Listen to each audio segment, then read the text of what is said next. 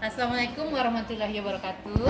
Waalaikumsalam warahmatullahi wabarakatuh. Selamat pagi ibu-ibu dan bapak hebat. Pagi, Bu. Terima kasih bapak ibu karena sudah datang pada hari ini. Hari ini saya akan berbagi praktik baik tentang aplikasi 7 jurus BK Hebat. Ini ya Bu ya. Kami dari BK dapat mendapatkan undangan dari Kementerian Pendidikan Dasar dan Menengah, yaitu Balai Guru dan Tenaga Pendidikan Profesi Siswa untuk mengikuti pelatihan 7 jurus BK Hebat yang dilaksanakan hari Senin sampai Kamis, yaitu tanggal 22 sampai tanggal 25 September kemarin. Itu dasarnya hari ini ada praktik baik ya Bapak Ibu. Ini dokumentasi kegiatannya. Untuk pembukaan dan penutupan kami mengadakannya di Hotel Rocky, sedangkan untuk pelatihannya itu di Hotel Pangeran City di Padang. Yang dibahas di sana adalah 7 jurus BK Hebat. Yang pertama yaitu kenali potensi. Di sini kita bisa mengenali potensi dari murid kita dan ada di dalam modulnya nanti. Setelah itu, yang kedua itu kelola emosi. Sedangkan yang ketiga, tumbuhkan resiliensi. Yang keempat, jaga konsistensi. Dan kelima, jalin koneksi. Yang untuk 1 sampai 5 jurus ini ke siswa kita nanti bisa dilaksanakan. Sedangkan untuk pimpinan dan kita semua guru itu bangun kolaborasi dan menata situasi. Untuk berbagi dengan siswanya, di sini kita memakai metode pembelajaran metode ARKA. ARKA itu yang A-nya adalah aktivitas. Jadi sebelum kita memulai pembelajaran itu akan ada aktivitas terlebih dahulu. Masing-masing modul itu beda aktivitasnya. Sedangkan yang keduanya setelah itu kita adakan refleksi. Dari aktivitas yang kita lakukan itu maka akan diadakan refleksi, yaitu bagaimana pendapat anak-anak, apa nilai yang bisa diambil dari aktivitas yang kita adakan tersebut. Selanjutnya itu konsep. Setelah selesai aktivitas dan refleksi, baru kita masukkan konsep di sana. Dan yang terakhir itu aplikasi. Konsep ini kan semua mengenai modulnya. Sama juga dengan nanti misalnya guru-guru mengajar, inilah materinya di sini. Biasanya kita kan seperti ice breaking itu di tengah-tengah gitu ya. Tapi kalau di ARKA kita pakai refleksinya di awal. Dan yang terakhir aplikasi. Apa yang bisa diaplikasikannya tentang terkait dari materi yang kita bagikan tersebut. Oke, Assalamualaikum warahmatullahi wabarakatuh. Waalaikumsalam warahmatullahi wabarakatuh. Nah, sebentar ya Bapak Ibu. Jadi kami dari 7 jurus itu diminta untuk melakukan 2 jurus terhadap siswa. Jadi yang dipilih, yang saya pilih dia itu jurus 3 dan jurus 4. Jurus 3 ini yaitu tumbuhkan resiliensi. Mungkin kita bisa lihat bagaimana metode ARKA yang saya lakukan di kelas. Sama-sama ya Ibu, kita lihat. Ya.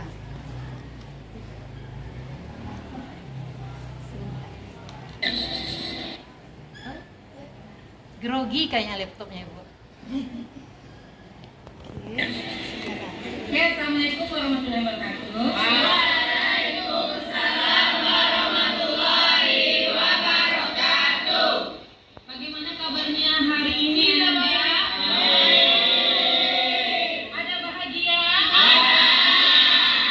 Sekarang semua bilang aku bahagia. Tepuk tangan kita sekali. Hari ini Bu Desi akan berbagi tentang jurus ketiga dari 7 jurus BK Hebat, yaitu tentang tumbuhkan resiliensi.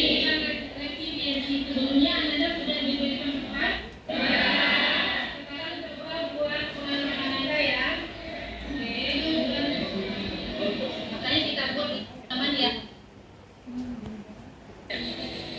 Oke, Assalamualaikum warahmatullahi wabarakatuh. Tadi ada aktivitasnya membuat pengalaman gitu ya Bapak Ibu. Berbagi resiliensi. Sebelumnya Anda sudah diberikan tempat, yaitu tentang tumbuhkan resiliensi. Sebelumnya Anda sudah diberikan tempat. Sekarang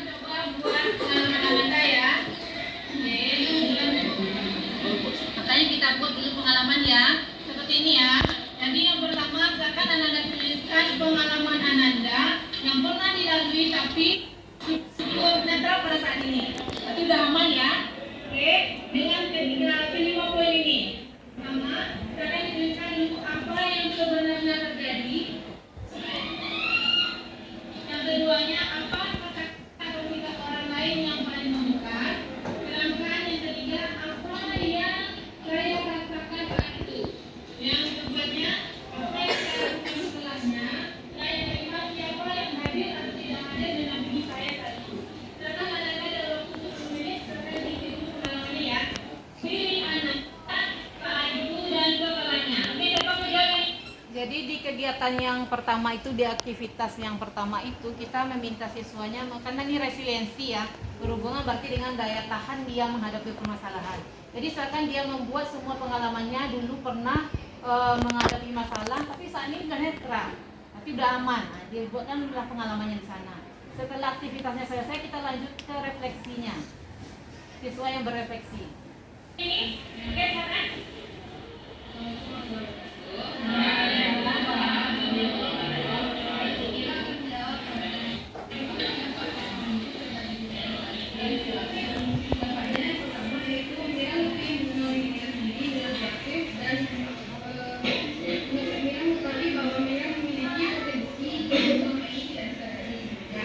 Dan Mira sadar bahwa pengalaman di saat itu Mira itu sangat tidak menyenangkan, tapi kita sadar setelah tahu tentang diri sendiri, menganggap pengalaman itu akan suatu dorongan untuk diri Mira menjadi lebih baik. Dan dampaknya untuk saat ini adalah Mira mengenal diri sendiri, menjadi diri sendiri dan menjadi lebih baik. Luar biasa ya.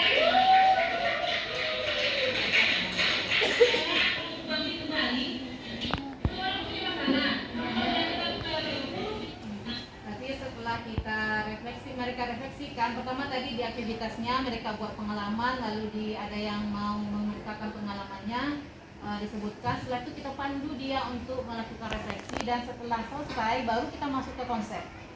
Tapi didudukkan di sana dulu, baru kenapa sih pentingnya gitu ya mereka mempelajari untuk berresiliensi, baru kita berikan konsep tentang resiliensinya. Itu masuk ke tahapan kegiatan. Oke, assalamualaikum warahmatullahi wabarakatuh.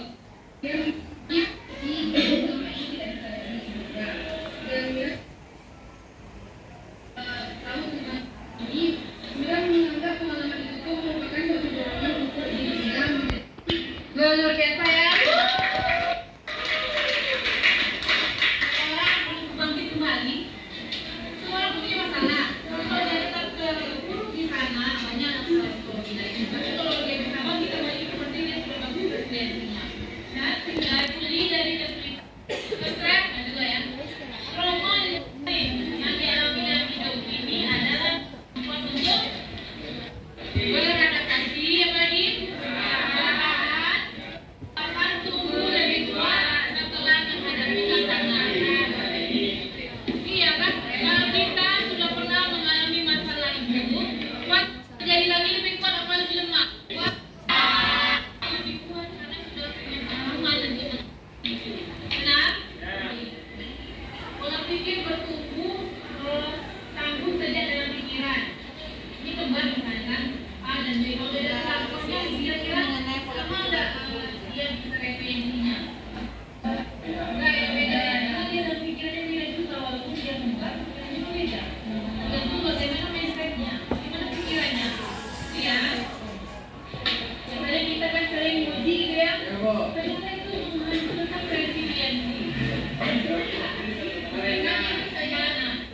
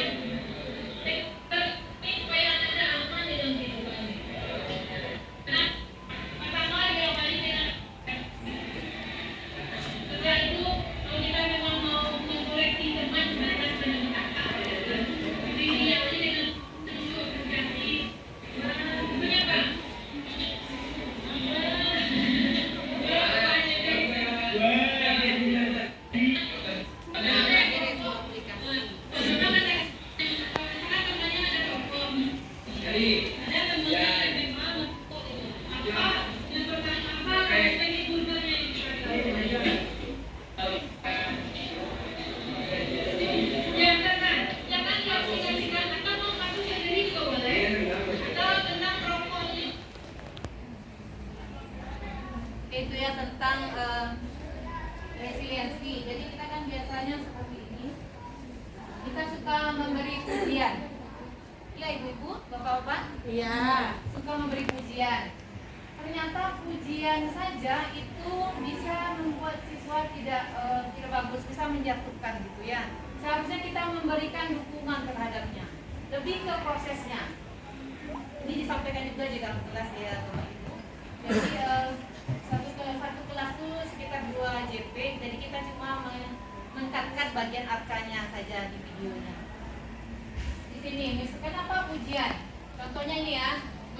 Pujian itu bersifat global dan fokus pada orang. Misalnya kita bilang, hey kamu hebat gitu ya. Sama siswa kamu hebat saja. Sampai di situ saja kan. Seharusnya kita akan memberikan dukungan lebih spesifik dan fokus pada perilaku. Contohnya kamu sudah bekerja keras, kamu layak dapat prestasi itu. Jadi kan memang kita lebih ke prosesnya. Oke.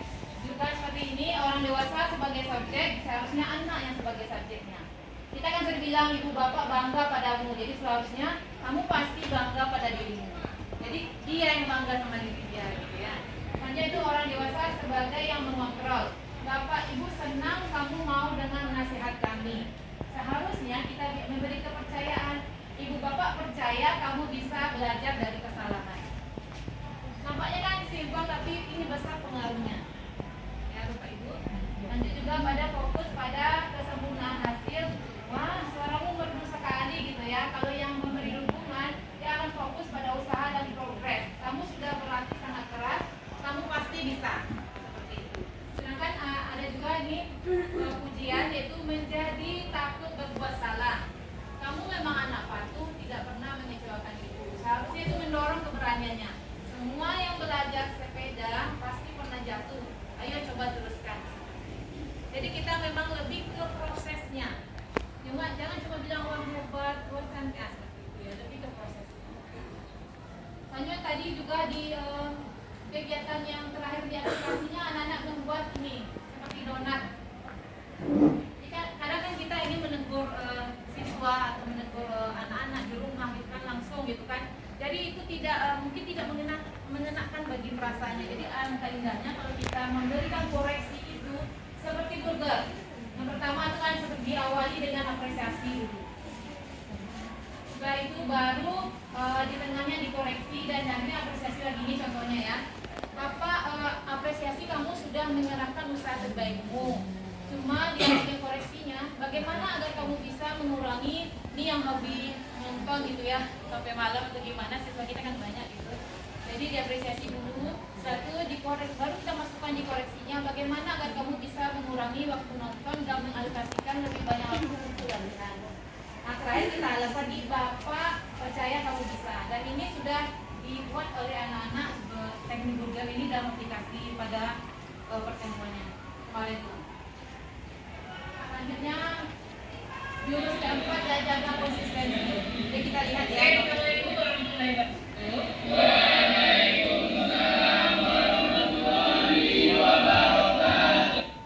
Bagaimana kabarnya hari ini anak-anak? Alhamdulillah luar biasa.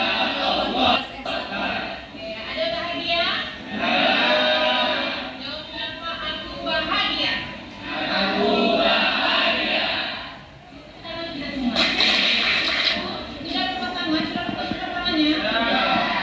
Setamanya ini ya. Kamu ada mungkin mau pegang tangan. Jangan dulu.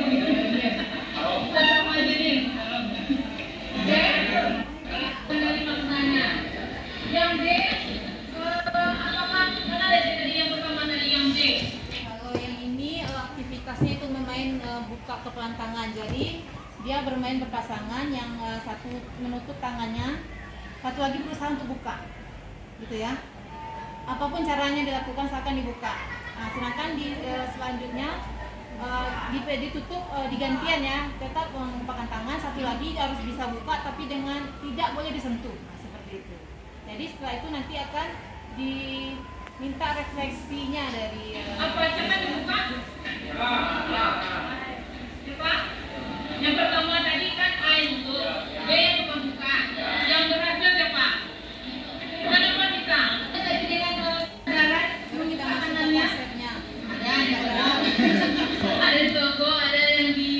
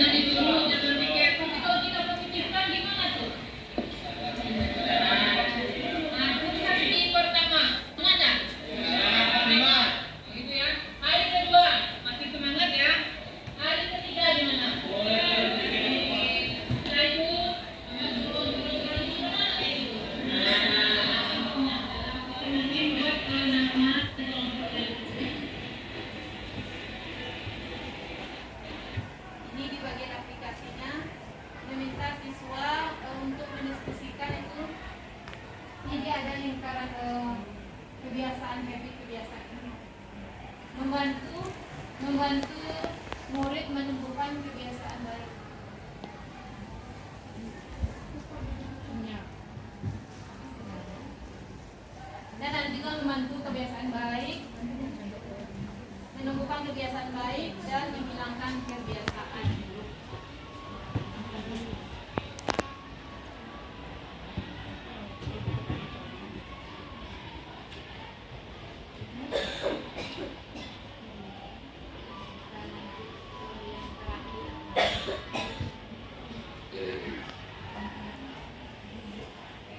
Nah, ini ya, menumbuhkan kebiasaan baik. Untuk bisa melakukan ini juga bisa dilakukan kepada kita semua dalam menghadapi permasalahan. Nah, seperti contohnya yang Budi punya target ingin ikut lomba lari tingkat kabupaten. Untuk meningkatkan stamina dan skill, Budi perlu melakukan latihan rutin setiap hari. Untuk membentuk kebiasaan baru, hanya ke guru ya, sebagai guru membantu dia untuk membuat siklus kebiasaan dengan mengeluarkan 4 unsur kebiasaan. Siklus pertama itu adalah buat petunjuk jadi jelas. Tentu harus jelas dulu supaya bisa melakukannya gitu ya. Petunjuk apa contohnya? Petunjuk apa saja yang bisa dibuat lebih jelas, misalkan dengan memasang poster lomba di kamar agar selalu terlihat dan jadi motivasi, atau menyimpan sepatu lari di ruang tamu sehingga langsung kelihatan dan mudah diakses. Lebih jelas dulu gitu ya, petunjuknya lebih jelas. Setelah itu buat jadi menarik. Di sini dijelaskan juga buat jadi kelihatan asik dan menarik. Misalnya jadikan latihan lari sambil bersosialisasi dan mendengarkan musik gitu ya. Sedangkan siklus ketiga buat jadi mudah. Rancang proses latihannya tidak terlalu berat. Dan yang terakhir itu ada rewardnya. Ini untuk menumbuhkan kebiasaan baik. Sedangkan ini praktek membantu murid untuk menghilangkan kebiasaan buruk. Kebiasaan buruk tentu harus dihilangkan ya Bapak Ibu. Caranya itu dengan siklus ini. Pertama itu buat petunjuk jadi tidak terlihat. Ini Dodo sudah beberapa hari terlambat datang ke sekolah. Alasannya terlambat bangun pagi. Penyebabnya adalah malam hari sering tidur telat gara-gara main gadget. Sekarang bantu Dodo menghilangkan kebiasaan main gadgetnya di malam hari dengan alurnya seperti ini. Pertama itu buat petunjuk jadi tidak terlihat. Supaya tidak terlihat, itu tentu HP-nya harus disembunyikan atau dijauhkan. Jadi pas dia ingin susah dia untuk mendapatkan HP-nya seperti ini. Kedua itu buat jadi tidak menarik. Nah, seperti ini ya. Tuliskan kerugian-kerugiannya, buat daftar kerugian kalau dia main HP seperti apa. Yang ketiga itu siklus ketiga buat jadi sulit. Ini yang memperlambat akses. Jika perlu main HP, hitung mundur. Misalnya mau main HP, hitung mundur. Itu 1 sampai 10 baru mau main HP. Terkadang sudah hilang keinginannya langsung gitu ya. Nah ini yang keempatnya itu penyesalan dampak. Itu sadari ini fokus pada dampak negatifnya. Jadi inilah 4 siklusnya yang bisa kita lakukan untuk membantu siswa kita untuk menghilangkan kebiasaan buruknya. Sudah?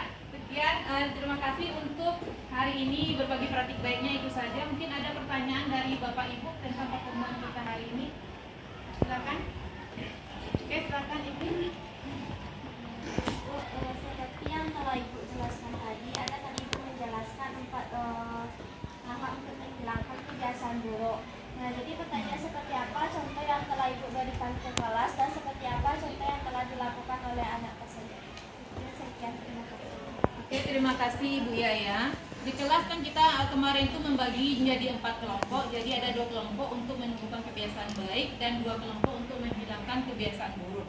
Jadi anak-anak sudah mendiskusikannya seperti ini ya. Nah, ini ya. Ada yang membuatnya kelompok 3.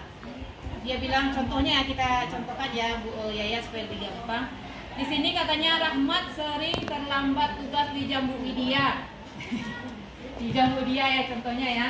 Karena Rahmat lelah dan tidak sempat memeriksa jadwal pelajaran karena membuat tugas lain seperti itu. Jadi kita akan siswa di sini membuat petunjuk jadi tidak terlihat. Dibuatnya di sini adalah membuat tugas-tugas lain dengan tepat waktu, tidak menumpuk-numpuk tugas. Ada tambahan juga dari kelompok lainnya gitu. Di kelompok 1 itu membuat list tugas-tugas dan tanggal pengumpulan. Jadi memang kemarin tuh anak-anak dipandu sesuai dengan lingkaran siklus itu. Yang keduanya itu dia buat petunjuk jadi tidak menarik.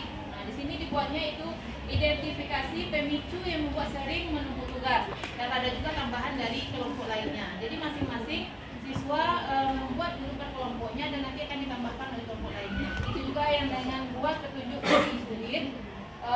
Di sini dibuatnya membuat tugas dari Bu Widya terlebih dahulu supaya tugas lain juga siap seperti itu ya. Dan ini juga penyesalan dampak nilai pelajaran dengan Bu Widya menjadi rendah atau tidak tuntas, maka dia akan memperbaiki dirinya sendiri. Bagaimana Bu Widya ya? Oke, terima kasih. Apakah masih ada pertanyaan dari ibu lainnya atau bapak? Silakan Ibu Mita. Terima kasih atas kesempatannya. Ini adalah sesuatu yang sangat menambah ilmu saya sebagai guru, kami mungkin sebagai guru, karena bisa mendapatkan informasi tambahan bagaimana cara menyelesaikan tantangan-tantangan di kelas, sehingga dengan cara 7 jurus BK Hebat. Terima kasih kepada Bu Desi. Saya menjadi tertarik pada bagian apresiasi, koreksi, dan apresiasi. Nah, kalau contoh yang telah dilakukan oleh guru BK itu seperti apa? Contoh-contoh nyatanya seperti itu, Bu Desi. Terima kasih. Oke, terima kasih Bu Widya. Ya, memang ini sangat menarik ya. Mungkin terkadang kita sering lupa gitu. Ketika anak bermasalah langsung aja dikoreksi, gitu ya, langsung dimarahi gitu. Kita lupa ternyata kalau seperti itu teknik yang kita lakukan terhadap siswa, tentu yang namanya orang diserang dia akan balik lawan gitu kan. Ada tamengnya gitu. Jadi memang dia seperti ini. Kami juga merasa ini hal baru dan bagus untuk diterapkan juga gitu kan. Jadi ya seperti burger ini. Memang pertama tentu kita awal diapresiasikan. Sama dengan mungkin yang guru penggerak belajar segitiga restitusi, ya kan? Pertama tentu dinetralkan dulu. Semua orang pernah melakukan kesalahan itu. Kan yang penting kan dia mau memperbaikinya seperti itu. Jadi apresiasi dulu gitu kan. Berilah dulu seperti dukungan gitu kan. Nah, seperti ini. Anak-anak pun juga sudah belajar membuat apresiasinya. Mungkin bisa dibacakan satu mungkin Bu dia. Bu Wita. Nah, di sini anak membuat ini yang merokok, kebiasaan merokok katanya. Dibuatnya seperti ini apresiasinya. Kamu merokok ya? Kamu ada niat buat berhenti merokok enggak katanya. Aku yakin kamu bisa berhenti merokok. Ini anak buat ya. Sedangkan koreksinya, janganlah kamu merokok. Merokok itu kan dapat menyebabkan penyakit katanya kan. Itu tidak baik bagi kesehatan. Terus di apresiasi terakhir, wah kamu udah mulai untuk berkurang merokok dan ada niat untuk berhenti. Jadi tentu kalau kita dengan cara yang baik siapapun gitu ya, kalau kita sampaikan tentu dia akan bisa menerima seperti itu. Jadi mulailah kita sama-sama mungkin berlatih, diapresiasi dulu, baru kita koreksi dan kita apresiasi lagi kalau kita yakin mereka bisa untuk berubah. Oke Bu Gita, masih ada Bapak Ibu? Sepertinya tidak ada. Baiklah Bapak Ibu, terima kasih atas kehadirannya hari ini. Semoga yang disampaikan dapat memberikan manfaat. Jika ada kesalahan mohon maaf. Assalamualaikum warahmatullahi wabarakatuh.